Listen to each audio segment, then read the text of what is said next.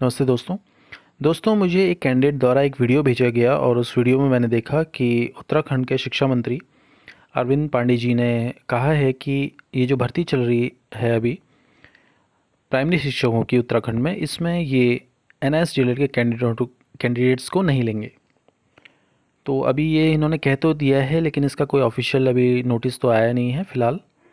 अब देखिए इसके पीछे इन्होंने तर्क ये दिया है कि एनआईएस से जो कैंडिडेट आते हैं डीएलएड वाले, इनका कोई एंट्रेंस टेस्ट नहीं होता है और अगर हम इनको चांस देते हैं तो एक पक्षपात होगा, क्योंकि उत्तराखंड में एंट्रेंस टेस्ट होता है वगैरह, ये सब इनकी दलीलें थी।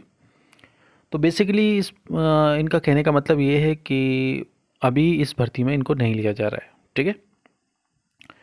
अब इसका क्या है कि डायरेक्टली ये मतलब होता है एक स्टेट गवर्नमेंट एक सेंट्रल गवर्नमेंट के सर्टिफिकेट को इनवैलिड करार दे रही है। राइट। अभी मैं आप लोगों से इस बारे में थोड़ी चर्चा करना चाहूँगा। देखिए, आज से पहले उत्तराखंड से पहले भी ये कई स्टेट में ये मामला गया है, आप लोग जानते ही हैं। लगभग 9 स्टेट्स में ये मामला पहुंच चुका है, क्योंकि भर्तियां वहाँ भी निकली हैं। जैसे आप जानते हैं, बिहार में पहले आया था, फिर पंजाब में, एंड ठीक है। उसके बाद ये अभी राजस्थान में भी चलने लगा ये मामला। तो मतलब जहाँ जहाँ भर्तियाँ आएंगी वहाँ ये मामला तो उठने ही वाला है। लेकिन जब ये भर्ती पहले कोर्ट में गई थी, जैसे बिहार में गई थी, पंजाब में गई थी, तो वहाँ क्या हुआ था, उसके मामला उत्तराखंड से अलग कैसे है ये भी मैं आपको बताता हूँ। देखिए, उस समय क्या हुआ, जब ये बिहार में लड़ा जा रहा था तो बिहार में क्या था, उस समय इसको एनसीटी का लेटर नहीं मिला था। अब एनसीटी का लेटर नहीं मिला था तो उस समय उन्होंने दलील दी कि जब तक एनसीटी इसको वैलिड नहीं बोलती है तब तक हम लोग इसको वैलिड नहीं मानेंगे बिहार में, ये कहा गया। क्योंकि उस समय एनसीटी ने ही इसको वैलिड नहीं बताया था एनआईएस डीएलएड को। उनका कहना था कि ये एनआईएस डीएलएड का जो कोर्स है, ये रेगुलर जो भर्ती चलती है टीचर्स की, उसके लिए नहीं है ये।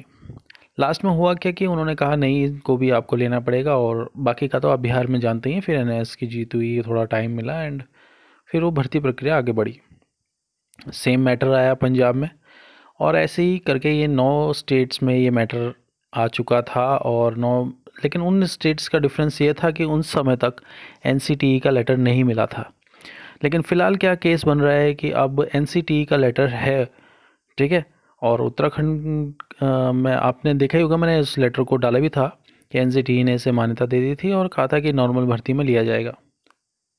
अब वो लेटर आने के बाद वेट किया जा रहा था शिक्षा सचिव का कि कब ये लोग एक लेटर दें, और कल ही आप लोगों को मैंने लेटर दिखाया था, शिक्षा सचिव ने लेटर दिया था। तो ये जो प्रक्रिया थी अभी तक, तो बाकी जितनी प्रक्रिया आपने देखी है ये सब ऑफिशियल प्रक्रिया हैं। लेकिन ये जो आपके सामने शिक्षा मंत्री जी ने कहा है, ये अभी कोई ऑफिशियल नहीं है, कोई नोटिस जारी नहीं हुआ है इनकी तरफ से। जैसे ही कोई नोटिस जारी होता है तो आगे की रणनीति मेरे ख्याल से ये होने वाली है कि डीएलएड वाले भी इस पे कोर्ट केस करेंगे। कोर्ट केस करने के साथ साथ सबसे पहले उनकी भी यही मांग होगी कि यही चाहेंगे वो भी कि इस पे स्टे लग जाएगा। जैसे कि मैं नहीं चाहता था कि भर्ती पे स्टे लगे, भर्ती चलती रहनी चाहिए थी। लेकिन ये होना ही था। अगर मंत्री जी नहीं कहते और कुछ बाद में हो जाता तो बीएड वाले या तो स्टे लगाते या फिर डीएलएड वाले करते, मतलब कोई ना कोई स्टे तो लगाता ही। तो फिलहाल ये भर्ती पे अगर कोई नोटिस आ जाता है तो हम लोग उस नोटिस का इंतज़ार करते हैं। उसके नोटिस को देख के ही हम लोग निष्कर्ष निकालेंगे कि आगे होने वाला क्या है। क्योंकि किसी ने मुझे मैसेज भी बहुत बढ़िया किया कि उत्तराखंड के जो मंत्री हैं उनका कोई भरोसा नहीं है। क्योंकि हम लोगों ने देखा है कि ये जो विज्ञप्तियां हैं, ये मंत्री जी ही खुद अखबारों में ही विज्ञप्तियां आती हैं वगैरह, बाकी कुछ कभी वैकेंसीज आती नहीं है। न्यूज़पेपरों में तो पिछले 5 साल से बहुत वैकेंसी दे चुके हैं, लेकिन वैकेंसी ओरिजिनली आती नहीं है। तो इसका कोई मतलब नहीं बनता है। हम लोग ऑफिशियल लेटर का इंतज़ार करते हैं और उसके बाद हम देखते हैं कि क्या होता है। अगर ऑफिशियल लेटर आता है कि इसको नहीं लिया जाए तो डेफिनेटली एनआईएस डीएलएड वाले स्वतंत्र हैं कोर्ट जाने के लिए। आगे भर्ती बस ये है कि भर्ती की प्रक्रिया थोड़ी सी डिले हो जाएगी। लेकिन मैं आप लोगों से एक चीज़ कहना चाहता हूँ कि ये सारी चीज़ें चलती रहेंगी। आप लोग हम लोग मिलके एक चीज़ और कर सकते हैं कि भर्ती के लिए सरकार पे थोड़ा प्रेशर डाल के इस भर्ती की जो वैकेंसीज़ हैं हम लोग इसको बढ़ा दें। इससे क्या होगा कि ज़्यादा से ज़्यादा कैंडिडेट हो जाएंगे। आप लोगों को ये भी पता होगा कि उत्तराखंड में 19,000 शिक्षकों की वैकेंसीज़ हैं। अगर 10,000 वैकेंसी भी ये ओपन करते हैं तो मैक्सिमम कैंडिडेट का सिलेक्शन इस बार श्योर है। फिर कोई झगड़ा नहीं होगा। मुझे नहीं लगता है कि इतने सारे कैंडिडेट्स जो हमारे यहाँ हैं अच्छे से अच्छे कैंडिडेट्स हो जाएंगे। काफ़ी सालों से वो भी भर्ती का इंतज़ार कर रहे हैं। लगातार तीसरी अटेम्प्ट है ये भर्ती का, और इससे पहले 2 भर्तियां का भी आज तक रिज़ल्ट नहीं आया है, वो भी हम जानते हैं। फ़िलहाल सरकार इलेक्शन के पर्पज़ से, और परसों 2-3 दिन पहले आपको पता है कि उत्तराखंड के मुख्यमंत्री को लास्ट रैंक मिला है, सबसे बेकार मुख्यमंत्री इनको कहा गया है।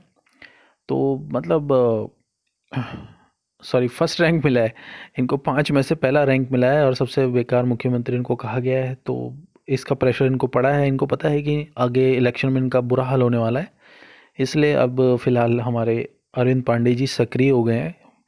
तो कोई बात नहीं है, चुनावी दांव-पेच हैं। लेकिन हम लोगों का यही मकसद होना चाहिए कि जो इन्होंने कहा है इसका ऑफिशियल नोटिस निकाल के दें। ठीक है, बीएड वाले भी चुप ना बैठे कि सिर्फ कह दिया है मंत्री ने तो बस ये लोग इसको फाइनल मान के सोचें। और एनएस वाले भी बिल्कुल निश्चिंत, मतलब ऐसा ना हो जाए कि, है ना, वो भी कोई जल्दबाजी में कोई केस ना करें। जब तक ऑफिशियल लेटर नहीं आता है आप लोग प्लीज़ जहर बनाए रखिए। और हम लोग फ़िलहाल ऑफिशियल लेटर अभी तक, क्योंकि हमारे पास लास्ट ऑफिशियल लेटर तो शिक्षा सचिव की तरफ से ही था और उसमें एनआईएस को वैलिड करा था उन्होंने। तो प्रूफ तो उनके पास भी काफ़ी हैं, तो देखी जाएगी आगे क्या होता है। तो फ़िलहाल के लिए अपडेट यही है। मुझे एक नया वीडियो मिल गया है और वीडियो में यही कहा गया है। ये तो पहले मैंने एक वीडियो बनाया था कि मुझे थोड़ा सा वीडियो मिला था वो।